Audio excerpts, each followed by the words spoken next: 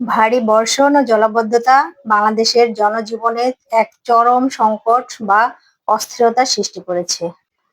টানা বর্ষণে ঢাকার অলিগলি থেকে শুরু করে চট্টগ্রামের নিচু এলাকা পর্যন্ত তলিয়ে গেছে। প্রতিদিনের যেখানে আমার পদচারণা থাকতো সেখানে আজকে এই অবস্থা। দেখো, রমনা পার্কে আমি এতটা পানি কখনো দেখি নাই। লেক একদম উপচে পড়ে গেছে পানি। তারপরও আসলে কেউ ঘরে বসে নেই, যে যার মতো বেরিয়ে গেছে। বৃষ্টিকে উপেক্ষা করেই সবাই ঘর থেকে বেরিয়ে গেছে, যে যার মতো মনের আনন্দে কাজ করছে। কেউ পাখিকে খাওয়াচ্ছে, কেউ মাছকে খাওয়াচ্ছে, কেউ কাঠবিড়ালিকে খাওয়াচ্ছে। সবাই যার যার মনের ইচ্ছা মতো কাজ করতেছে। মাছটা কত খুশি, কি সুন্দর করে খাচ্ছে, দেখতেও ভালো লাগছে। আসলে ভালো লাগাটা এক একজনের এক এক রকম। এই বৃষ্টিতে কেউ ঘরে বসে নেই, কেউ কেউ যোগা করতেছে। দেখো, প্রচুর বৃষ্টি, মাঠ একদম ভেজা।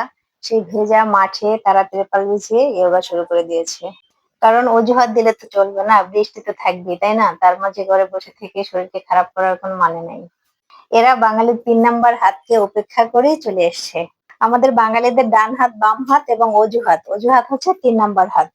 অজুহাতকে উপেক্ষা করে বৃষ্টির মধ্যেও পেটের তাগিদে, ক্ষুধার তাগিদে চলে আসছে রমনা পার্কে। ফুল, তেল, মালা গাচ্ছে এবং সেই মালা বিক্রি করে সেটা দিয়ে তাদের খাবার দাবার কেনা হবে। যে যেখানে যেভাবে পারছে সেভাবেই তার এক্সারসাইজ করে নিচ্ছে। কেউ রাস্তায় দাঁড়িয়ে এক্সারসাইজ করছে, আবার কেউ হাঁটতেছে, যে যেমনি পারছে। মানুষ আসলে এখন অনেকটা স্বাস্থ্য সচেতন। কেউই অযথা সময় নষ্ট করতে চায় না। যে যতটুকু সুযোগ পায় সে ততটুকুই তার শরীরকে ভালো রাখার চেষ্টা করে। ঘরে হোক, বাইরে হোক, যেখানে হোক না কেন, অল্প সময়ের জন্য হইলেও টুকটাক ফ্রি হ্যান্ড এক্সারসাইজ, যোগা যাই হোক না কেন করে নিলে অন্তত সারাদিনটা ভালো থাকে।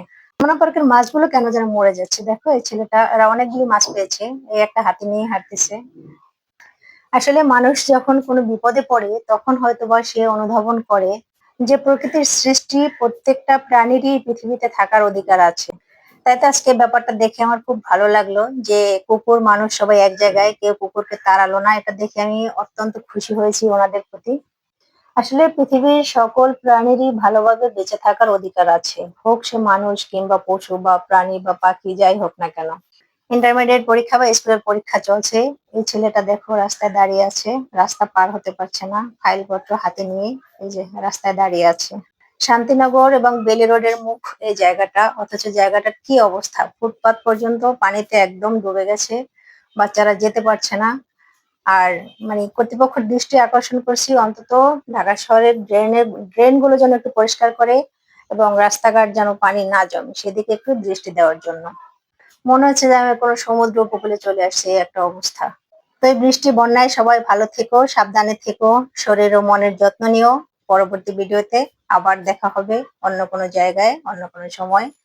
সে পর্যন্ত সবাই ভালো থেকো, আর বৃষ্টি থেকেও ঠান্ডা লাগিও না।